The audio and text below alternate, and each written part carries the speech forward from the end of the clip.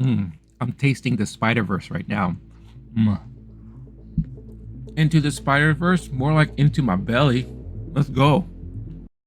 It's movie review time! Hey, what's up, everyone? Renee LOWKEY GEEK here. So, one of the most anticipated movies this year, one of the most anticipated sequels coming out this year is Spider-Man Across the Spider-Verse. I know a lot of people are dying to see this movie. I was really looking forward to seeing this movie, and I had a chance to see it. And I am so excited to talk about it with you today that I am going to be eating this brand new limited edition Spider-Man Across the Spider-Verse Burger King Whopper. That's how excited I am to talk about this movie, that it's making me hungry and it's making me eat junk food. So, with all that being said, let's dig in. Nah, I'm gonna do my own thing.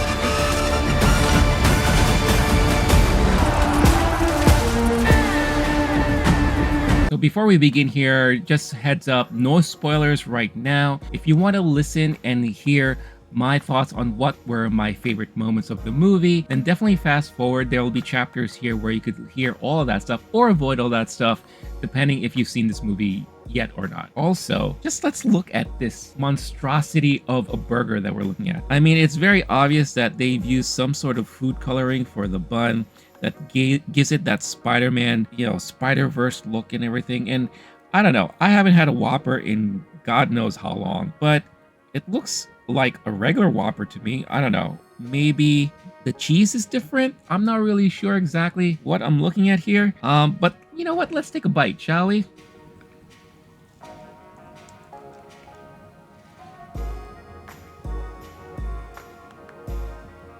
Yeah, that's a Whopper, all right. The bread feels kind of dry, or I don't know. It definitely doesn't taste like your normal burger. Burger King is also one of those places why they feel the need to have to put those like fake indentations that look like they were really grilling it and all that. I mean, look at this. It looks okay. Does this look appealing to you? I don't know. But I'm eating this so that you don't have to, I guess. Let's take another bite here.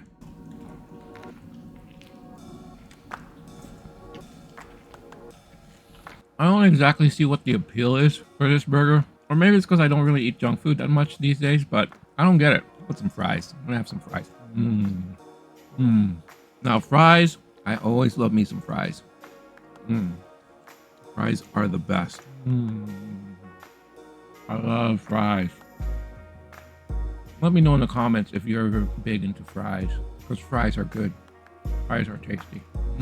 I guess we should talk about this movie, right? So when the original Spider-Verse came out, it was one of those eye-opening revelations when it comes to animation and animated feature films. The amount of stuff that they were able to include and put on screen as far as animation, the animation styles and all that, it was mind-blowing. And it made me realize what they can do now with animation. And I believe it caused this ripple in the industry where now you have other animation houses and studios kind of borrowing some of the techniques that Into the Spider-Verse really put out there. Everything from like the skipped framing, the drop in frame rate, causing that kind of like stutter effect, to incorporating a bunch of mixed media into the film, or just different animation styles in general, how every character seems to have their own personal animation style versus the other. So it was really, really cool how they were able to do that. Plus, it made the entire film look like pages of the comic book leaping out onto the screen. So of course, with Across the Spider-Verse, I'm wondering how they can top that, how they can masterfully come back and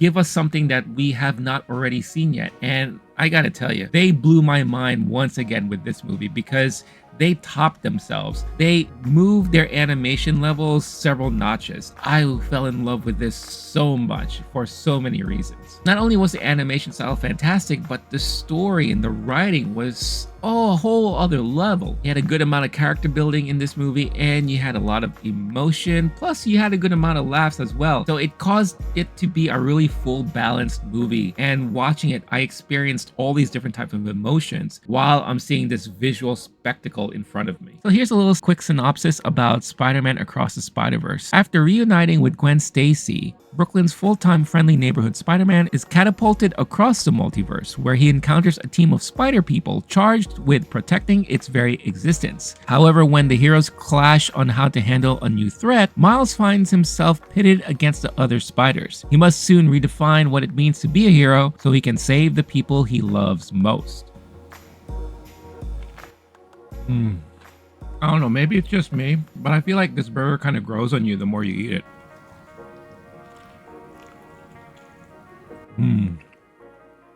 Honestly, I've always been more of a McDonald's, Wendy's kind of guy.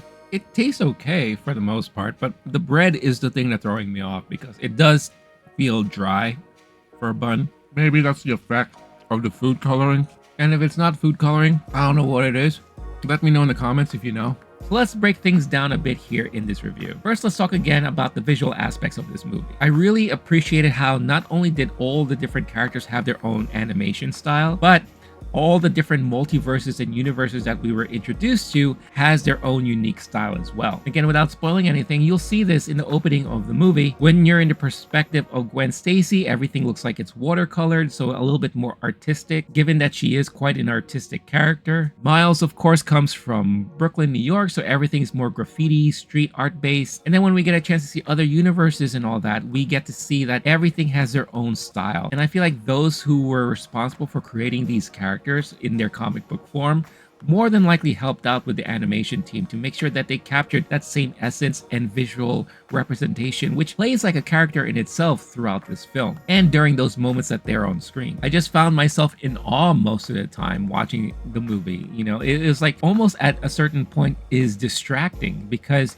you're listening to the story, you're paying attention to the characters, but at the same time, you're just visually wowed by all the different animation styles, all the different type of art, and it amazes me how they were able to just combine and mix all these different type of medias into one singular frame, and that in itself is a feat. I truly love me some fries. Oh, fries are so good. Fries. I feel like Homer Simpson. I was never a huge fan of Burger King fries. For some reason, these fries taste really good. Quick question, when it comes to fries and dipping sauces, what's your favorite dipping sauce for fries? Ketchup? If you're in Europe, England, I know mayo is big. Now, I know I'm gonna get a lot of crap for this, but I actually like combining the mayo and the ketchup together. I don't call me crazy and all that, and I'm sure I'm gonna get a lot of weird comments about it, but I love that combination. So good. All right, let's talk about story now. The story itself was so engrossing, and going into this, I wasn't exactly sure what I was to expect, but of course I realized that we were going to get more into the Miles Morales story as he's trying to learn how to be the hero he wants to become. However, by surprise, this becomes more of a Gwen Stacy story for most of the film. You get to hear a little bit more about her background, you get to understand a little bit more of where she's coming from and where she kind of feels she is currently in the state that we're in right now. And of course, you do get a lot more of Miles Morales and where he's currently at and what his currently family dynamic is, but these two storylines kind of run parallel to each other. And I feel like the underlying theme here is belonging. You know, where do I belong in this universe? Where do I belong in what I'm supposed to do and how I'm supposed to carry myself forward? And who's going to be along the ride with me? Whether I have family or not family or introduced to a new family. Like, how are all of those main aspects going to correlate and play along with the person that I'm supposed to be? And you see that these two main characters in Gwen Stacy and Miles Morales kind of trying to figure it out. And then of course on the opposite side, you have the family. You have Miles Morales' mom and dad also adjusting to the point where Miles is getting older and he's progressing in life and he's not going to be the little kid that they're looking after for much longer. So of course it's kind of cliche to say that this is a coming of age type of story, but it really is. But it's a coming of age story not just for one individual, but it's a coming of age story for multiple individuals, not only for the kids but for the adults as well. But yeah, they hit a lot of great moments and great beats throughout this film. I found myself emotional at certain times. I was teary-eyed, especially when it's dealing with a lot of the family dynamics or certain situations where it's a question about belonging and where do I fit in. I feel like a lot of people can really truly relate to that. And like I said before, there were a good amount of bits of humor sprinkled in throughout. Of course, a lot of those humor elements came from a lot of the characters that we were newly introduced to. I'm tasting the Spider-Verse right now.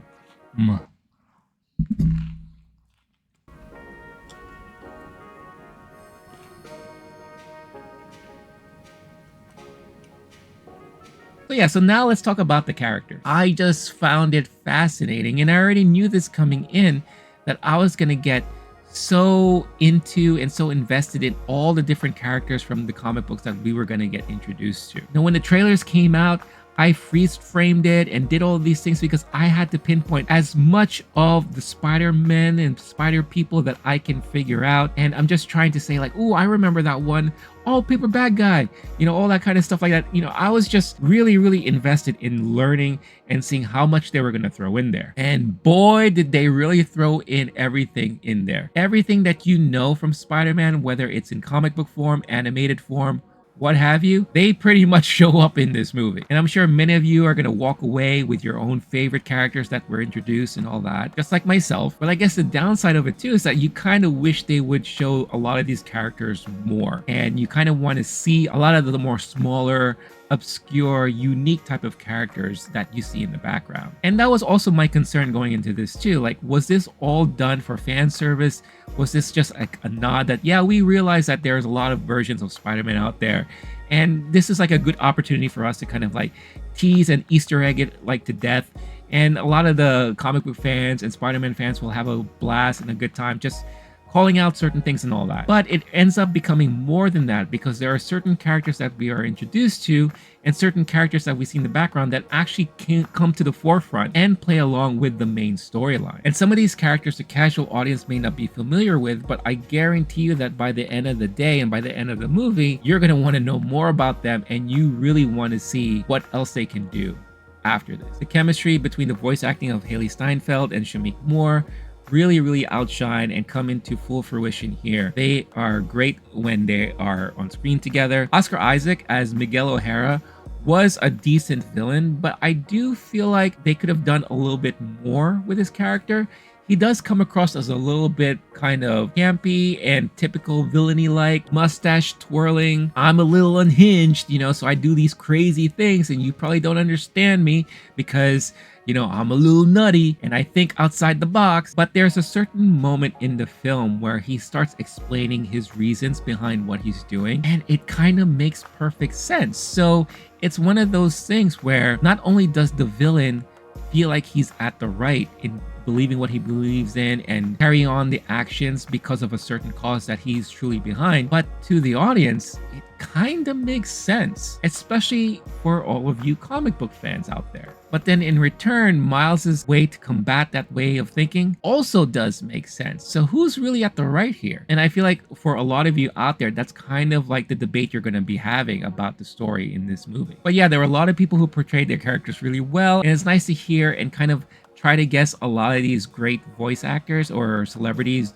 lending their voices. And even though some of these characters may just be a one-time only thing, sometimes it just makes you wish that they could create a whole series just based off of this Spider Society that we're fully introduced to. Now, the movie is 2 hours and 16 minutes long, and I believe it is one of the longest running American animated feature films out there. But to be quite honest with you, it didn't feel long at all. I was so enthralled with what I was watching. I was so invested and so into it that by the time the movie ended and we were kind of slapped in the face with the end credits, I was shocked, and I was kind of telling myself, wait a minute, we're ending it like this? I want more. And if they gave us another hour, I'm pretty sure not only myself, but everyone else in attendance would not have minded one bit. There was seriously an audible kind of shock when the movie ended the way it did. And again, no spoilers here, but it does end in a cliffhanger, especially knowing that we are going to get a sequel to this movie next year. But that in itself, I felt was a ballsy move, because there are a lot of people who probably are coming into this film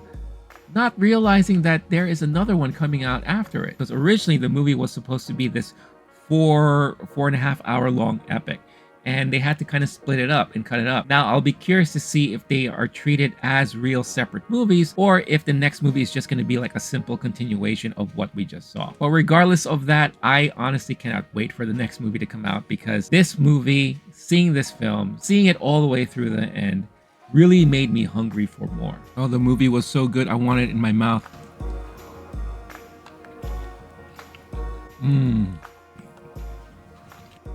Into the Spider-Verse? More like into my belly. Let's go. Now that's one tasty Spider-Verse.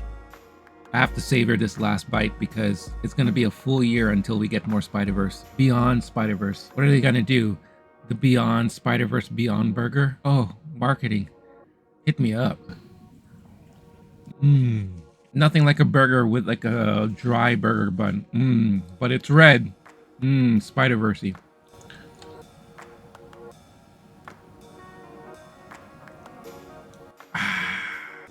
Sorry, what are we talking about? All right, so what were my favorite moments of the film? I'm gonna be talking some spoiler stuff right now, so if you haven't seen the movie yet, you may want to avoid this section. You could easily fast forward to my ending thoughts and closing of this video and my final rating. Just check out the chapters below, but let's dive more into what I really enjoyed the most. So I think I have to really talk about the surprise reveals in this movie that got the pure audible gasps from the audience. There were several moments like that, and one of them was Donald Glover shows up in this film. Not animated form, but live action. That's right, Donald Glover, who plays Miles' uncle in the live action Tom Holland Spider-Man, actually shows up in this movie. It was really interesting to see as, you know, Miles is being introduced to the Spider Society and why they are, you know, kind of capturing and studying a lot of these main villains associated to what they call kind of canon events in different Spider universes and all that. As he approaches this kind of cell and cage and you see Donald Glover there in his own version of the Prowler uniform, I was just so shocked, and everyone in the audience were just so surprised. I love the little back and forth he had with the animated Miles as well. All of this Sony Spider-Man stuff is really under the same universe or the same umbrella. Another live action scene that we got was when Mr. Holy Guy, Spot, as he's learning that he could kind of move into different universes and multiverses with all these spots that he developed, ends up in the Tom Hardy Venom world because he gets to interact with the Asian lady who owns the convenience store that we all know from the Tom Hardy Venom movie. Again, big audible gasp from the audience and just like, wow, they're including and tying all of these things together, which is fascinating.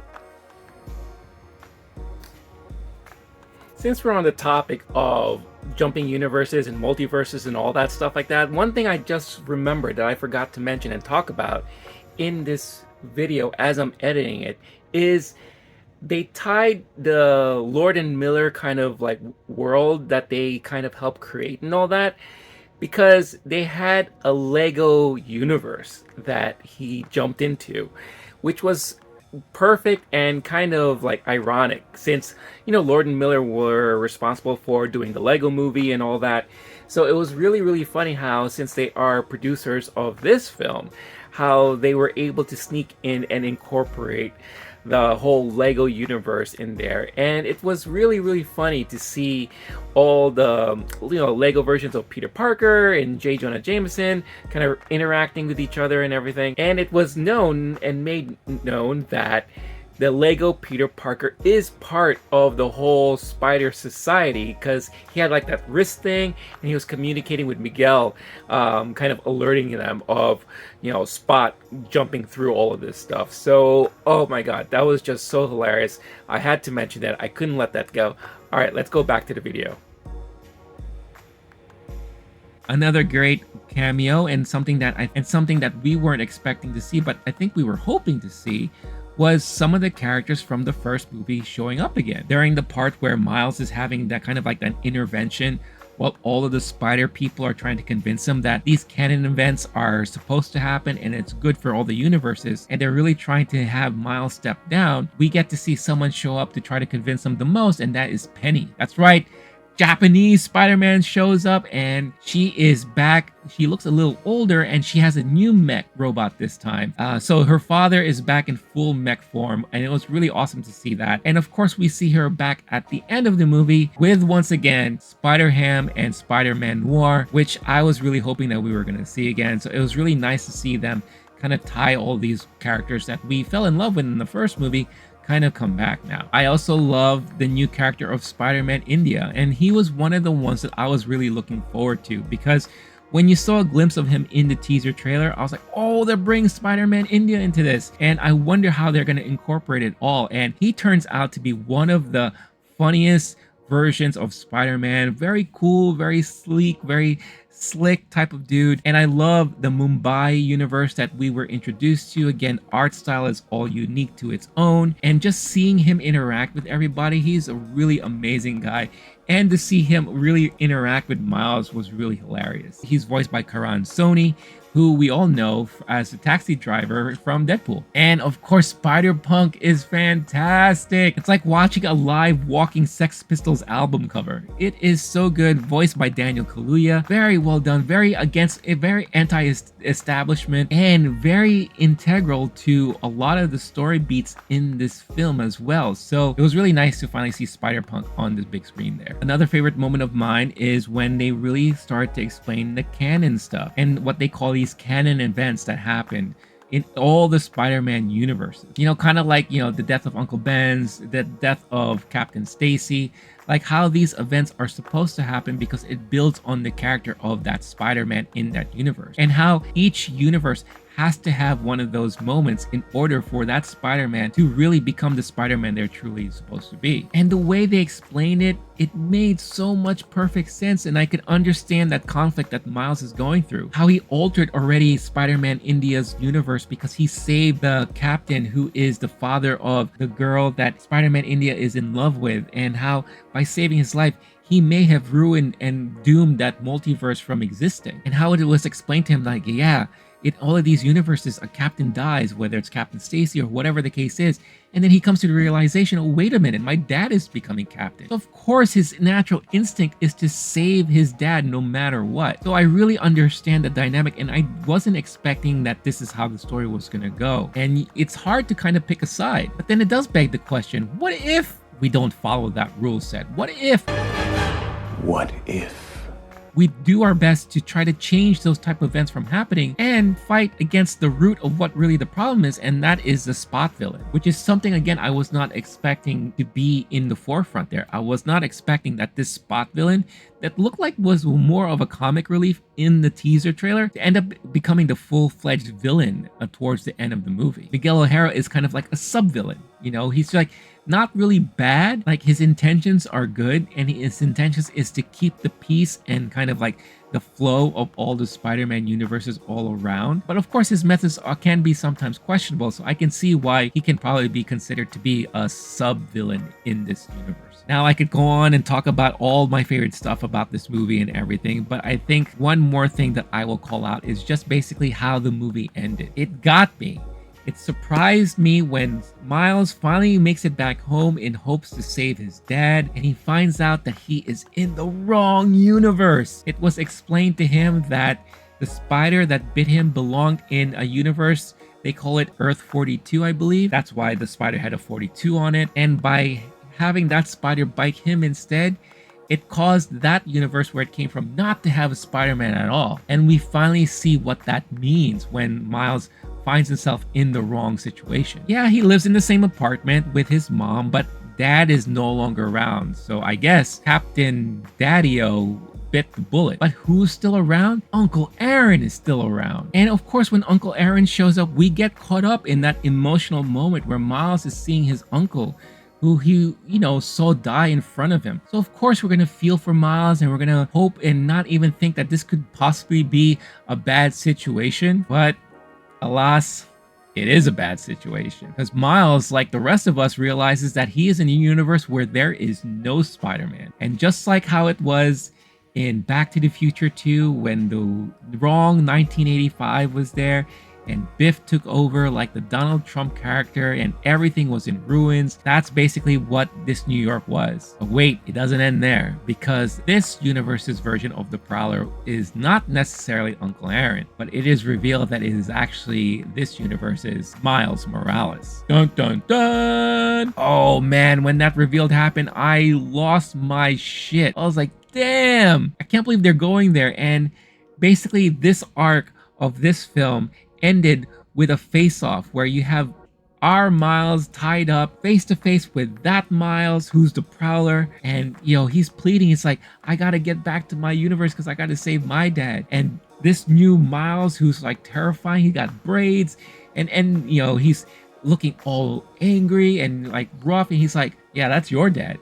ain't my dad, so what does that mean to me? Oh my god, are you kidding me? And then in parallel to that, we have Gwen Stacy, who is in Miles's real universe, realizing, oh no, he's not there. But she has a nice conversation with the parents and all that, and then she has to go and try to find him. She has an idea where he is, but she needs backup, and that's when we get to see the reveal of the full team that she is teamed up with, that is going to go out there and try to save Miles from that universe. And this team consists of Spider-Man, India, Spider-Bite, who turns out to be this really cute kind of AI version of a Spider-Man, where you have the host at home in virtual reality. So we get like this CG kind of version of Spider-Man, which I thought was brilliantly done. And then of course we get Penny, Spider-Ham, and Spider-Man War teaming up all back again together. Oh, it was just so exciting and so great to see. And of course, let's not forget Peter B. Parker with, you know, his little baby in tow, who is extremely adorable, and I love how they explain all that stuff. And then to have the movie end at a cliffhanger like that, oh, amazing storytelling. And I know maybe for some they didn't like it, but it surprised a lot of people. It surprised me. It made me really excited and highly anticipating for the next movie to come out. All right, spoiler talk out of the way. I'm done with all that. At the end of the day, I really enjoyed this movie. This movie was fantastic. I gave it a 5 out of 5 stars on the Letterboxd.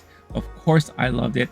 To start off June with a banger like this, oh, I couldn't ask for a better way to start off, you know, this summer blockbuster movie season, even though it kind of technically started with Guardians of the Galaxy Volume 3. But this truly felt like an event movie for this summer, and it was so fascinating and amazing to see this finally. And this is, I would say, this is probably the second movie I've seen this year that I really want to go out there and rewatch. First one was Guardians Volume 3, and now it's Spider-Man Across the Spider-Verse. Now, was I that excited about what I just ate as far as this Spider-Man Spider-Verse Whopper? Not so much. I feel like, unlike my wanting to rewatch Across the Spider-Verse, I am not going to be rushing out there and getting another one of these, because no thanks, not for me. In fact, I think my stomach is going to hate me for the rest of the day. So thank you, Burger King. Thank you. But at the end of the day, of course, it doesn't always matter what I think. What matters most is what all of you think out there. Is Spider-Man Across the Spider-Verse a movie that you are excited to see if you haven't seen it yet? Or if you have, how much did you like it? Did you hate it? What were your favorite moments of the film? Let me know about all that stuff in the comments. Are you going to be like me and rushing to Burger King to grab one of these Spider-Verse burgers? Let me know about that in the comments as well. Did you enjoy watching me eat too here? I mean, I know that's a thing, you know, mukbang or whatever you call it. So if you want to see me enjoy more food as I do these reviews, let me know that in the comments as well. But that's going to be it for me for now.